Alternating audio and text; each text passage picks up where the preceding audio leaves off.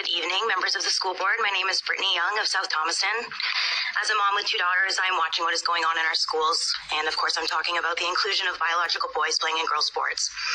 The National Institute of Health conducted a study measuring the difference in physical strength among untrained college men and trained college women. Maine came out as more physically strong than the trained female athletes every time. Imagine going against a trained male as a female. I'm not quite sure where RSU13 staff sits with this radical idea that girls should just step to the side, allowing boys with a mental disorder to dominate, but I pray you all have common sense enough to know better. I have an idea where Maine sits with it all after these last few weeks, and it's not looking good for Maine girls.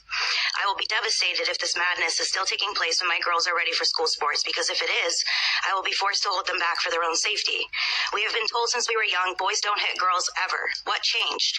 Which brings me back to my point of girls being selfishly pushed to the side to affirm a mental disorder. Gender dysphoria is a mental disorder per the Gender Dysphoria Bible on genderdysphoria.fyi. A mental disorder is characterized by a clinically significant disturbance in an individual's cognition, emotional regulation, or behavior. Whether or not these kids have gender dysphoria doesn't matter. Wanting to disrupt an entire sports bracket as a male because you feel like there's a win to be had by competing with girls is an out-of-order way of thinking. When I was in 8th grade, way back in 2007, there were girls in my class putting up a stink because they wanted to play on the boys' football team. Those girls found out real quick how much harder a boy can hit than they could. This is a great example of why girls and boys divisions were created in the first place, to create a safe and fair playing field. This is what should happen for the trans community. Those who claim they see and hear the trans youth, should be creating safe spaces for them to play sports without trampling all over the rights of girls. Anybody in this room tonight who believes it's fair for girls to compete against biological boys, I challenge the strongest female in here to wrestle against a male, for research purposes, of course. These girls shouldn't be punished for another person's mental disorder. Everyone in favor of this madness says trans rights are human rights, which I agree, but to which I also say human rights are women's rights, and we mustn't forget about our girls as we navigate this new gender-expansive world for all of our daughters' sakes. Thank you and good night. Is there anyone else who would like to speak? Great. We're moving on to our consent agenda. And finally, I just want to talk a little bit about our goal as a board overall. So when we are sworn in as board members, we take an oath to abide by and pursue and encourage this mission for all of our district. And all the teachers and the staff and everyone is bonded around this. So that's why we read at the beginning of every meeting. When we have our discussions, we try to go back to how are we doing this to the best of our ability. And our public discourse right now is very divided. And one of the first things we learned in our school board training, for those of us who have been part of that with the state, Eileen King is the state school board management. Executive Director of Maine School Management. Yes, is that we are all individuals and we have no power by ourselves. It is together in our work that we bring about any change in our district. And we are all coming from our different communities.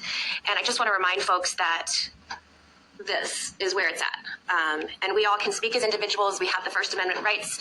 Everyone can be out there and have your own opinions and ethos and thoughts on what's happening. But when we come in here, this is our mission, and this is the position of the district and of the schools. And so as entities, this is it. And I want to remind folks that not just on the board, I'm speaking broadly, that when we come down to infighting or disparaging remarks against others, regardless of what your beliefs are, it's not a great look for our students, and it's not a great modeling for our students. And so though we may disagree, and I will happily disagree, I'll happily have discussions with folks and have that healthy discourse, and I love that we can do that on this board and bring up different challenges and things.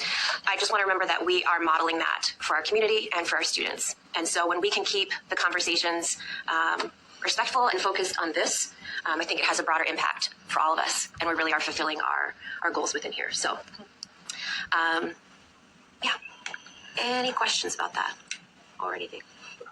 All right, that concludes my state of Maine, along with some other very woke states who have a section under this Edwards student rights and privacy, and it says, note that while a balance between students' rights to privacy and parents' rights to information in educational environment is vital, no provision of state or federal law requires schools to affirmatively disclose this sensitive information to parents. courts have recognized a constitutional right to medical confidentiality concerning one's status as a transsexual person. Federal courts have concluded that schools should not disclose sensitive student information such as sexual orientation to parents without a legitimate stated interest to do so. So, between this and the school board members' comments last night on where they stand with relationships, we're like super woke up here in Maine. Recently, State Rep Laurel Libby was censured on the Senate floor for speaking up for Maine girls and, their right to a fair and safe competition. And she was censured on the basis that she posted this photo without the faces blurred, which I can understand. But this photo was all over the place before State Rep Laurel shared it. So if that's the case, then I want to know what our governor thinks of this photo of herself with two unblurred faces of children for political fodder. Maine is so woke, and it's about to go so broke. It's just holding so true to the statement, go woke, go broke. But it's all right. The bad has to fall before the good can rise, and it's got to burn. It's got to go. And it started in our K through 12, and it's going to end in our K through 12. Mark my words.